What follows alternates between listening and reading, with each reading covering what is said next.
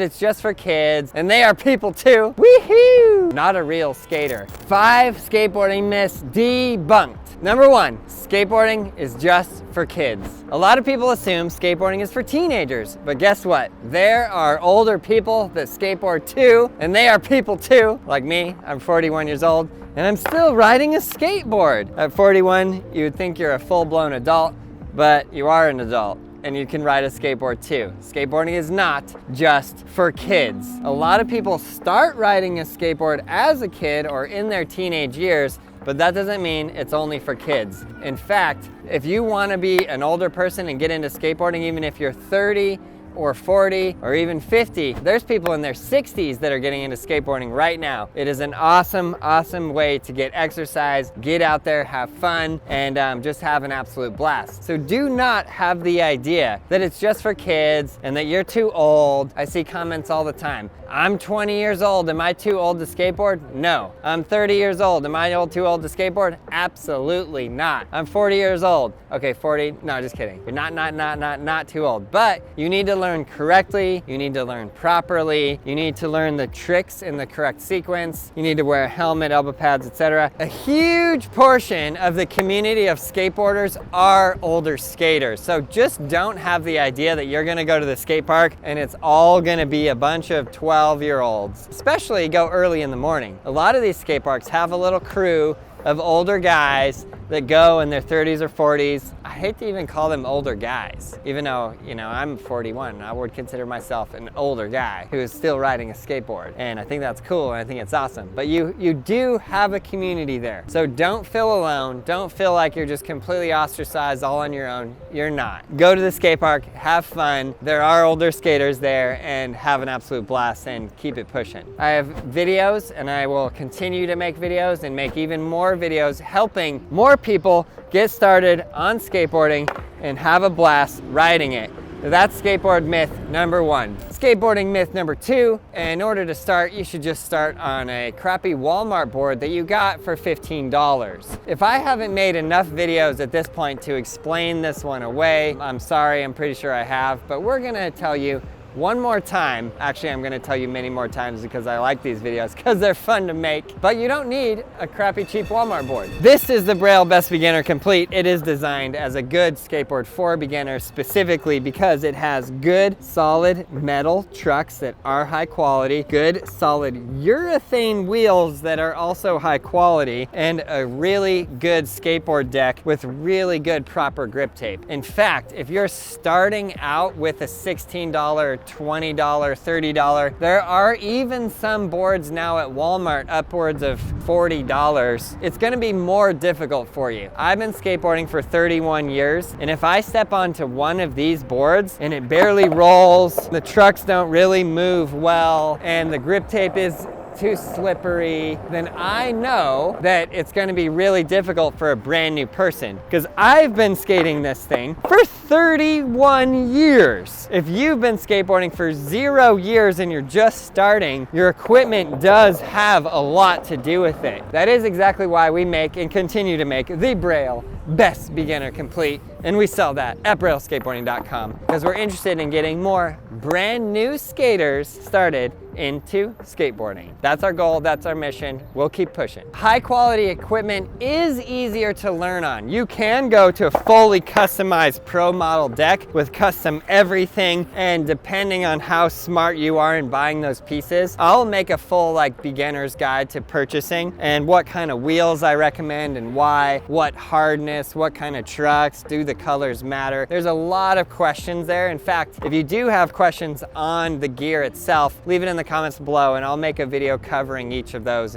and try and get to everything. But I do want to say, I don't care no matter what. If you do not have the money to spend on a fully custom board or even on a Braille Best Beginner Complete, and the only thing you can get is a Walmart board, I still say do it. I still say start on a Walmart board. But I want you to know, if you get to this point where you're like, wow, this is really difficult, I'm really struggling with this, know that part of the reason why could be the quality of your equipment. And don't get down on yourself, don't feel bad about yourself, don't put yourself down, but realize, oh, if I upgrade the quality of my equipment, I will have an easier time learning. So the point that I want to make is I want to make the smoothest transition for anybody coming outside of skateboarding, getting into skateboarding, and going forward and continuing all the way through to kickflips and beyond. I want to make that as smooth as possible, which means you guys just need the information, the knowledge. So you need to know what we're talking about, why it's that way, and when you get out here onto your board, you know what to do, and you can learn, and you can have fun. Woohoo! No comply city. Myth number 3. Myth number 3 is that you need really big muscles to ollie high, jump high, and to make this work. You don't. You know what you need? Really, really good technique.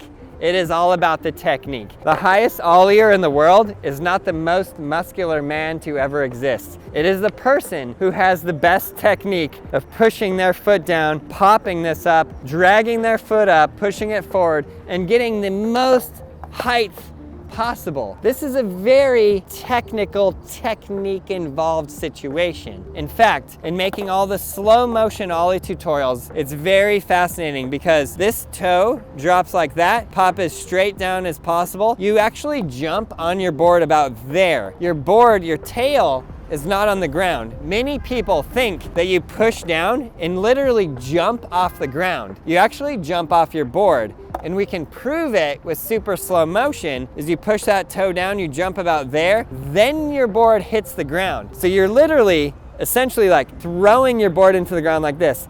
Whap, then it pops, then this foot moves up and forward. There's also all this controversy. Aaron says to drag your foot. That's not true. You don't drag your foot. Watch a slow motion ollie. Does the foot move from here to there on the board? Yes or no? Does it? Yes or no? If it does, then essentially that motion there is important to the ollie. Pop down, drag up, push forward. This is what creates the lift. This is about technique.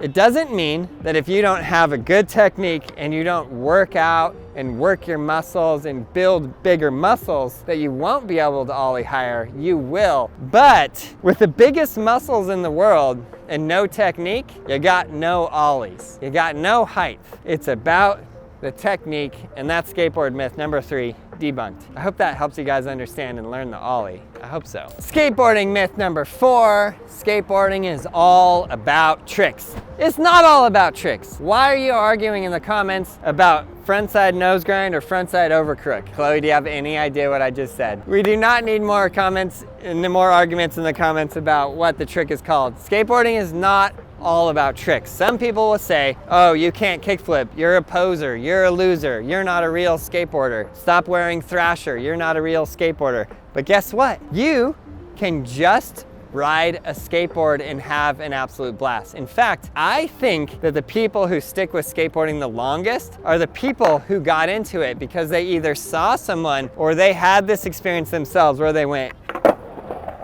wow, it is so fun to just ride. Per survey, the freedom of just riding your board is the reason why most people do it. Just riding around, you're so free. Then from here, you can do tricks, you can get creative, you can have fun with it, and you can do all kinds of things and learn all kinds of things. Freestyle skating, ramp skating, flat ground skating. There's all kinds of different things that you can do, but just because you don't do tricks or don't want to do tricks, it does not make you not a real skater. It does not make you a poser. You are still a skater. You can still have an absolute blast riding this board, pushing it forward, and keep it moving. The more you go out and the more you ride and the more we push this, the more we get new people into skateboarding. It's really, really important, guys. It's really important to growing the sport is getting new people in. It's key to this. Skateboarding myth number 5, loose versus tight trucks. So here's the myth. Tight trucks are for beginners, loose trucks are for professional skateboarders. And the better you are at skateboarding, the looser your trucks. I can tell you this is 100% completely and utterly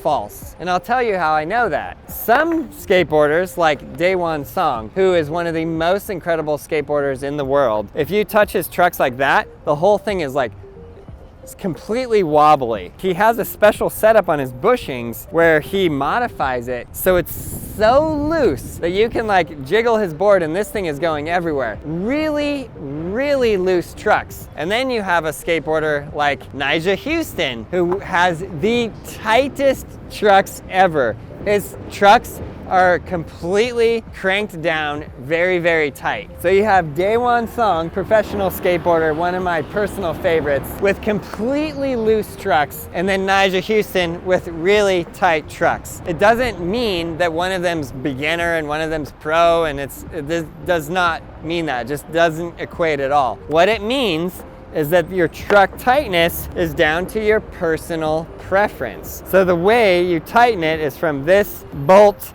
right here. Tighten this down, it's tighter. You loosen it up, it's looser. That's how you make it either tighter or looser. And as a beginner skateboarder, you want to stand on your board and be like, oh, it feels good to have a little bit of leeway. I would say my trucks are kind of in the middle, because I want to, if I am falling off this way or I land a trick a little far to my toes, I want to have some room to be able to turn, or to the heels. Let's say I land heavy on the heels, I want to be able to turn. If my trucks are too tight and I land there, I'm just going to fall off. And I don't want to fall off. I'd rather keep riding the board. You could say, well, there must be a factor of just like make them as completely loose as possible. But completely loose as possible, you can be riding and they're just all over the place. And you're like, wow, this is way too hard. If these trucks were tighter, it'd be easier for me as a beginner. Not necessarily. You want probably sort of a medium, a good in-between point of not too tight so you can move to the side,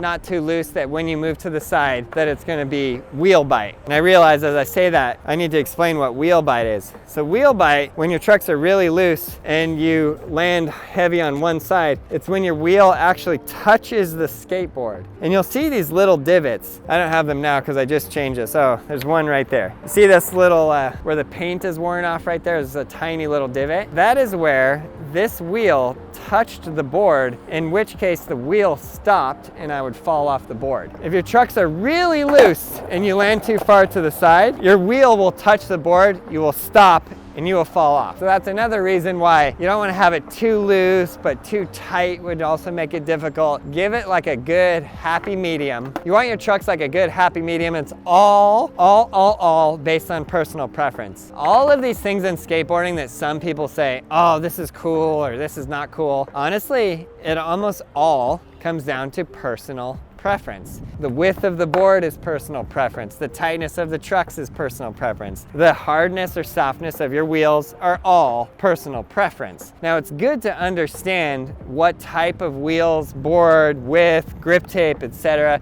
are gonna work best with the skateboarding you wanna do. That's why I'm trying to make as many videos as possible to just educate you on how this works, how each of these pieces work together. If you wanna learn to do tricks in a skate park versus on the street, etc., how all of the equipment can benefit, work for you or work against you. So I just want you to have all of the knowledge so you can make the best personal decision for yourself. And when you start landing the tricks that you've always wanted to do, you will come to realize, oh wow, it does work. And I do have a personal preference. I like my tricks like block, but that doesn't mean that you then go and hate people or make fun of people or belittle people that like their trucks tight because you like your trucks loose. That doesn't mean you need to sit there and argue about it. Just understand that you like your trucks loose and they like their trucks tight, and come together, because guess what? You all came together because you're riding skateboards and having fun. So that's another part that I want to point out. That's very important. Skateboarding is an open community to everybody.